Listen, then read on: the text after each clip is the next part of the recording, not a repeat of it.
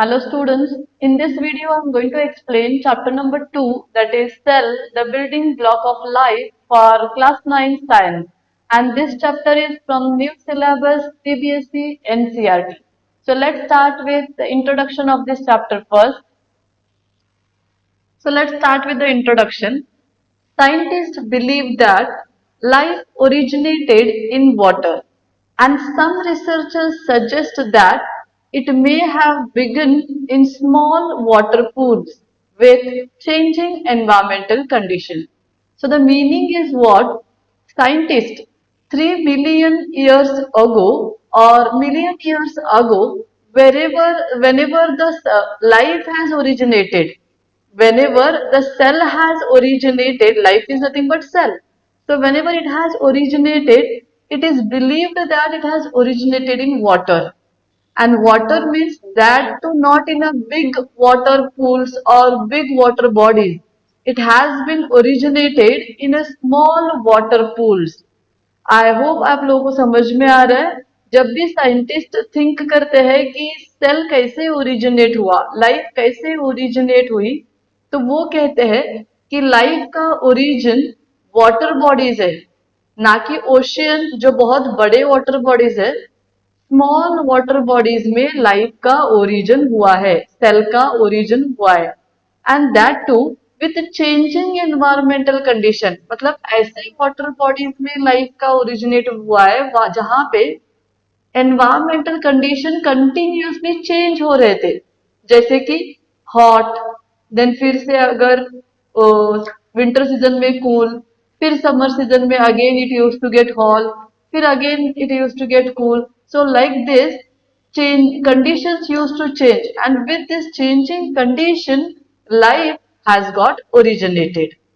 Then the next, the hot spring of Puga Valley are thought to resemble conditions on the early earth where heat loving bacteria called thermophile live. मतलब जैसे कि अभी हमने first point में समझ के लिया कि जो भी लाइफ ओरिजिनेट हुई है वो एक स्मॉल वाटर पूल में हुए जहां पे एनवायरमेंटल कंडीशन कंटिन्यूसली चेंज हो रहा था, हॉट से कूल, कूल से हॉट, फिर हॉट से कूल एंड कंटिन्यूसली चेंज हो रहा था.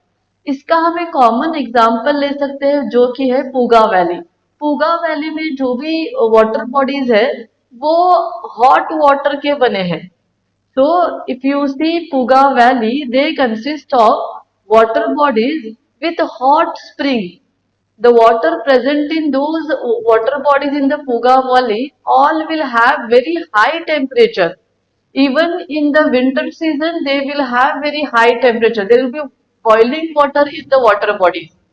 तो इस वाटर बॉडीज में भी हम थोड़े बैक्टीरिया देख सकते हैं जो अभी भी वहां पे लाइव है, जिंदा है.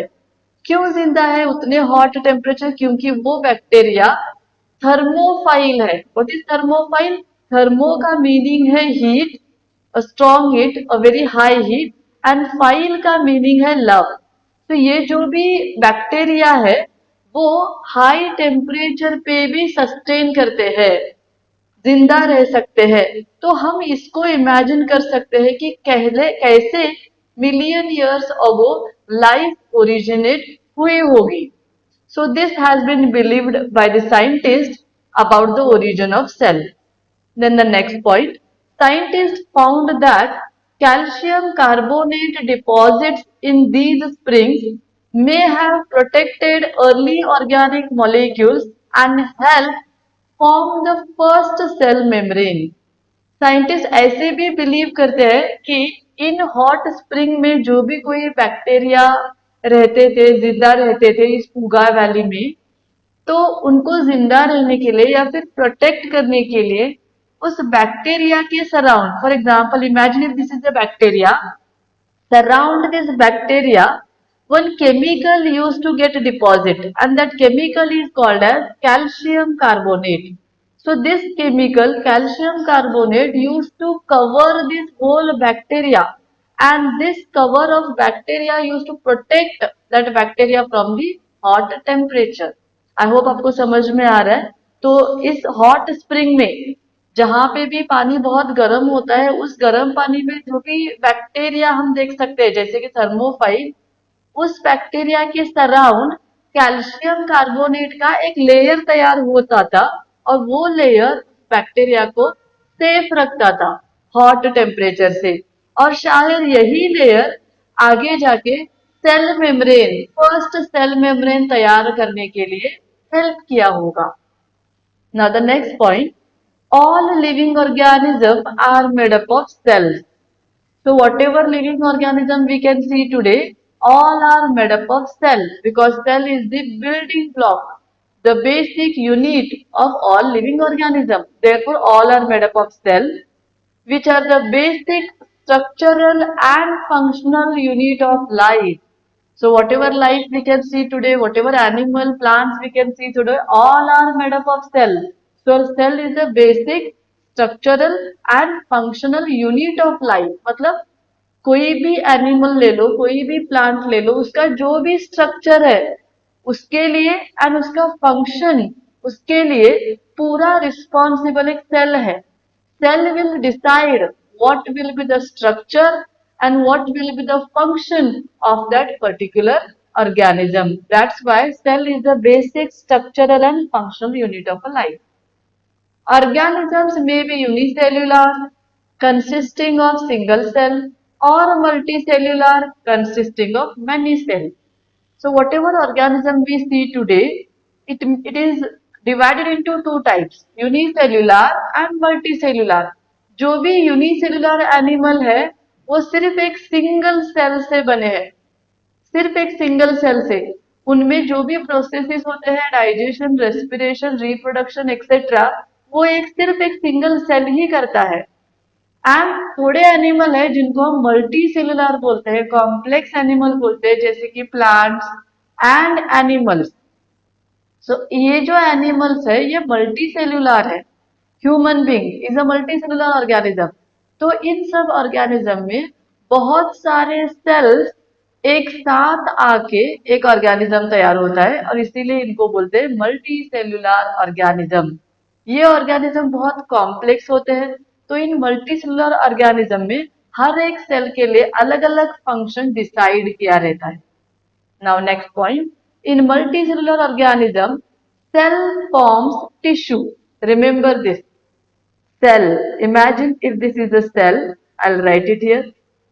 जब सेल कंबाइन होते हैं तो हमें मिलता है tissue. So cell combines to give tissue. Tissue forms organ. तो ये टिश्यू है, ये कंबाइन अगर होता है, इसी डायग्राम को मैं लेती हूँ, ये एक टिश्यू है, ये एक टिश्यू है, ये एक टिश्यू है।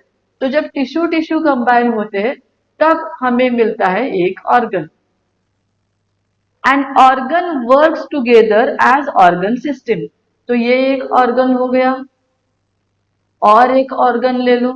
जब बहुत सारे ऑर्गन एक साथ होते हैं, तब तैयार होता है organ system. But the cell remains fundamental unit of life. And जब ये ऑर्गन सिस्टम टुगेदर आता है, तब एक पूरा एनिमल तैयार होता है।